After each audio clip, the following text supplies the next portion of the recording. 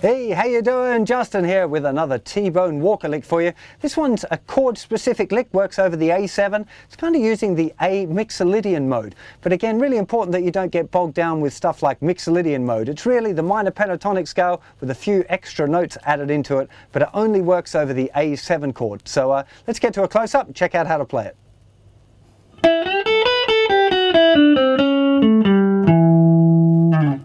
A little slower.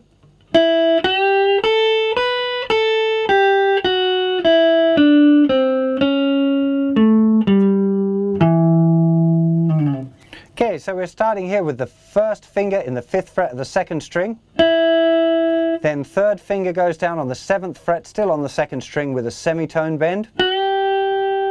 Moving on to the thinnest string, we've got 5th fret, 7th fret, back to the 5th fret.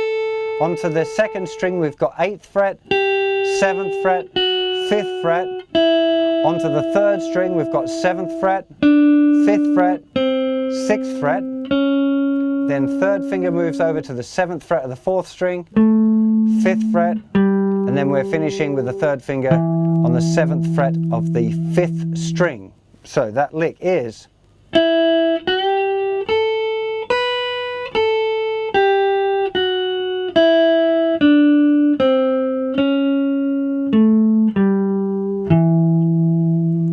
Okay, the rhythm of it is triplets, but we're starting on the and after 1. So we've got 1 and 2 triplet, 3 triplet, 4 triplet, 1 and 2 and 3, 4, 1 and 2 triplet, 3 triplet, 4 triplet, 1 and 2 and 3, 4.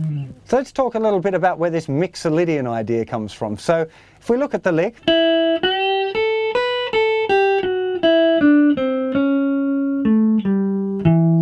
okay, it kind of looks pentatonic-y because it looks like it's around all of your other kind of regular blues licks. And it is pentatonic-y, but what we're doing here, this note here, this is the note B, okay? So we're just going to move that note down to there, okay? Just imagine that note's been moved there for a second. And then we're going to look at the descending section from the note A. So we've got 5th fret, 8th fret, 7th fret, 5th fret, 7th fret. I'm going to miss out the 5th fret for a second, go to the 6th fret, then add that note that we just, we kind of transposed it down an octave, the note B, and then we go to the note A. Now if we do that, that is the Mixolydian mode in the key of A. Okay, so we can see we've got it all kind of Mixolydianed up. Then we've got, now it's this that makes us feel like it's a bit pentatonic-y because we've got this note, that note. It's very pentatonic based, but we've added this extra note in. And that's really how you want to be thinking with the Mixolydian mode. You don't want to be thinking too much about it being, because it just, your playing will end up sounding too scale-like. And really what you want to be doing is this kind of...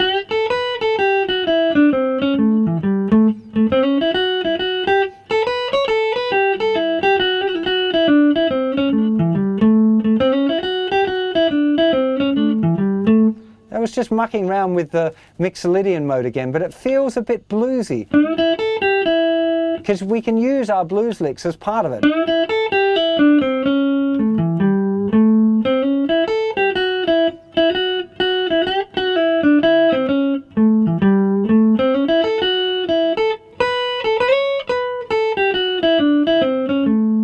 Okay, the only difference really with the Mixolydian mode, we probably shouldn't use that note, but we should use that one. But that's that movement.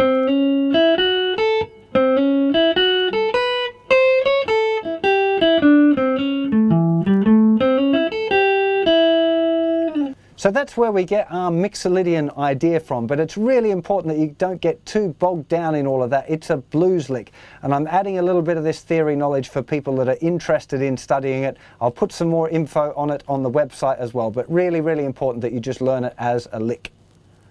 I like to start this lick with an up pick because I prefer playing the bend with a down pick rather than an up pick. So I'd tend to go up, down, up, down, up, down, up, down, up, down, up, down, up, down. Okay, it wouldn't really matter, particularly this last part. I might use different picking for that because it slows down a bit, but I would recommend starting with the up pick.